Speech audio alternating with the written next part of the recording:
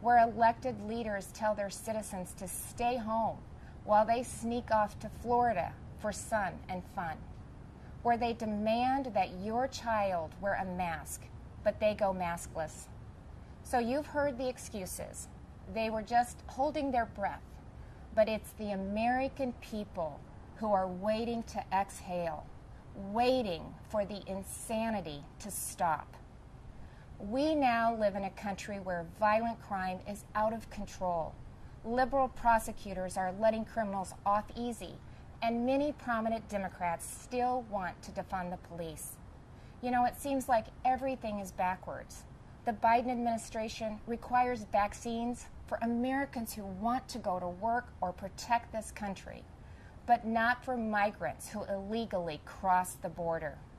The Department of Justice treats parents like domestic terrorists, but looters and shoplifters roam free.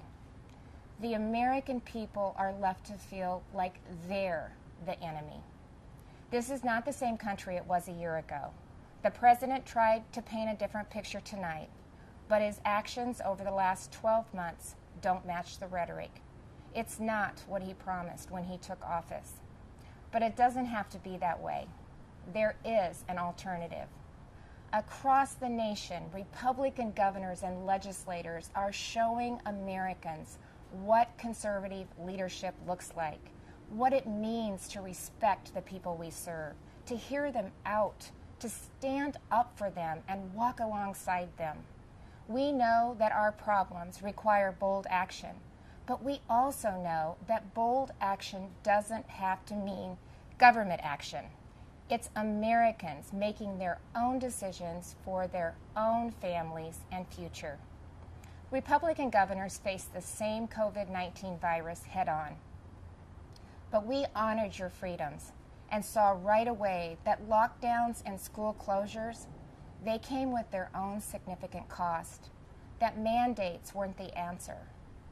And we actually listened to the science, especially with kids in masks and kids in schools. What happened and is still happening to our children over the last 2 years is unconscionable. Learning loss, isolation, anxiety, depression. In so many states, our kids have been left behind, and so many will never catch up. That's why Iowa was the first state in the nation to require that schools open their doors. I was attacked by the left, I was attacked by the media, but it wasn't a hard choice. It was the right choice. And keeping schools open is only the start of the pro-parent, pro-family revolution that Republicans are leading in Iowa and states across this country. Republicans believe that parents matter. It was true before the pandemic, and it has never been more important to say out loud. Parents matter. They have a right to know and to have a say in what their kids are being taught. Families also have every right to live in a safe and a secure community, and that begins with a safe and secure country. But the Biden administration has refused to secure our border. They've refused to provide the resources to stop human trafficking, to stop the staggering influx of deadly drugs coming into our neighborhoods. They've refused to protect you. With Texas and Arizona leading the way, I, along with Republican governors from several states, have sent resources to the border. And we've actually gone to the border, something that our president and vice president have yet to do since taking office. On the economy, the contrast couldn't be more stark. While Democrats in D.C. are spending trillions, sending inflation soaring, Republican leaders around the country are balancing budgets and cutting taxes, because we know that money spent on Main Street is better than money spent on bureaucracy. Today, I signed legislation that eliminates Iowa's tax on retirement income and sets our tax rate at 3.9%. That's less than half of what it was just 4 years ago. And it shouldn't come as a surprise that out of the top 20 states with the lowest unemployment rates, 17 have Republican governors. Republicans may not have the White House, but we're doing what we can to fill the leadership vacuum. And on the issues that are affecting Americans, Republicans are leading. We're standing up for parents and kids. We're standing up for life. We're keeping our communities safe and thanking those in uniform. We're fighting to restore America's energy independence, and that includes biofuels.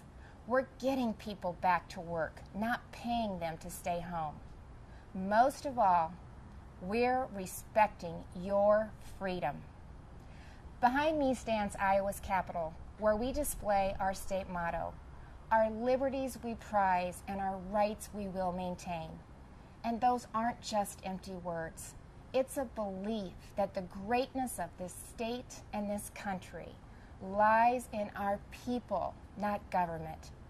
You shouldn't have to wake up every morning and worry about the next thing the government is going to do to you, your business, or your children. If we as elected leaders are doing our job, then the government is working well, but operating in the background. It's supporting the ingenuity and spirit of our people, not drowning them out. It's keeping them safe, not restricting their freedom. That's what I believe, that's what Republicans believe, and that's what Republicans are doing. I am so blessed to be the governor of Iowa, where people are humble, hardworking, and patriotic. We take care of each other. And yes, we are, as they say, Iowa nice. But you don't have to be from Iowa to see that those are the values of America at its best, all of America. Over the last few years, I've put my faith in Iowans, and they haven't let me down. I encourage this president to do the same, to put his faith in you, the American people, who have never wavered in your belief in this country, regardless of who leads it. Because you know, you've shown that the soul of America isn't about who lives in the White House. It's men and women like you in every corner of this nation who are willing to step up and take responsibility for your communities, for your neighbors, and ultimately for yourselves.